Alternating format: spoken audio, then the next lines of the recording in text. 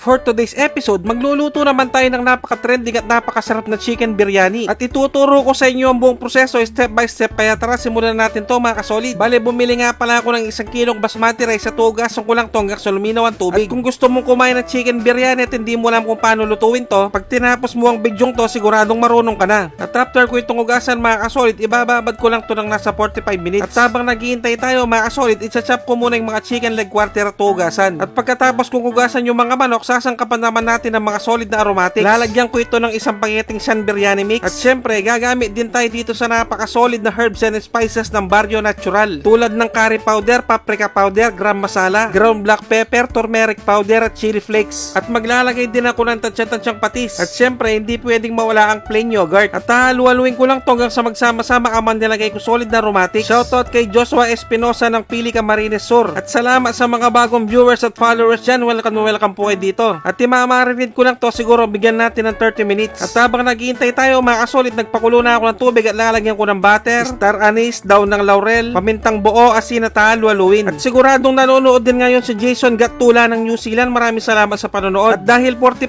minutes na rin yung nakalipas, pwede ko nang ilagay yung binabad kong basmati rice. At shoutout nga rin pala sa ating mga bayaning OFW, mag-ingat po kayo lahat dyan. At isasalang ko lang to mga kasolid na parang nagsasaing lang. At maghihiwa muna ako ng napakaraming sibuyas. At nagpapa-shoutout nga rin pala sila Aerosmith Robles ng Canada at si JR Tamayo ng San Carlos City, Pangasinan. At after ko makapaghiwa ng maraming sibuyas mga kasolid, start ko naman galgarin yung bawang at luya. Mas masarap kasi dito yung pinong-pino. At pagkalipas ng ilang minuto, pwede rin sinaing kong basmati rice. Sobrang napakabango dahil may butter. At pagkatapos, naginit na ako ng mantika at start ko nang prituin yung mga sibuyas. At isasangag-sangag ko lang to hanggang sa lumabas ang aroma. At siguradong nanonood din ngayon si Lemor o Gainam ng Tarlac City. At dahil naluto na yung sibuyas mga kasolid, dahatiin ko to dahil pantatappings ko mamaya. At ilalagay ko na yung bawang at luya, tapos maglalagay din ako ng chili flakes. At siguradong nanonood din ngayon si Ezekiel James Santos Colarga ng Mabalacat, Pampanga. At sinunod ko lang ilagay yung kamatis. At hahaluin ko lang to hanggang sa malusaw. At siguradong umabot na kayo sa part ng bidyong to, pwedeng paki-comment naman kung tagasan ka para malaman ko kung saan nakarating ang bidyong to. Maraming salamat. At dahil lutong-luto na yung kamatis mga kasolid, ilalagay ko na yung minarinade kong manok kanina. At sa punktong to mga kasolid, sumisingaw na ang mabangong amoy. Shoutout kay Jeric Tolentino ng Florida Blanca, Pampanga. At pipigaan ko nga rin pala ito ng lemon mga kasolid. At papakuluan ko lang to sa katamtamang apoy. Balikan natin mamaya pagluto na. At pagkalipas ng nasa 30 minutes na pagpapakulo, pwede na to mga kasolid. Talagang napakabango na at sobrang naaamoy ko na talaga ang aroma ng Indian food. Shoutout kay Jamaica Canlas Bondok at kay Joseph Caleb Canlas Bondok ng Lapas Tarlac. At naglagay nga rin pala ako ng siling pangsigang at pinakuluan ng nasa 1 minuto. At may gagawin pa tayo dito mga kasolid. Bale, inuna ko nilagay yung rice, tapos nilagyan ko ng manok, tapos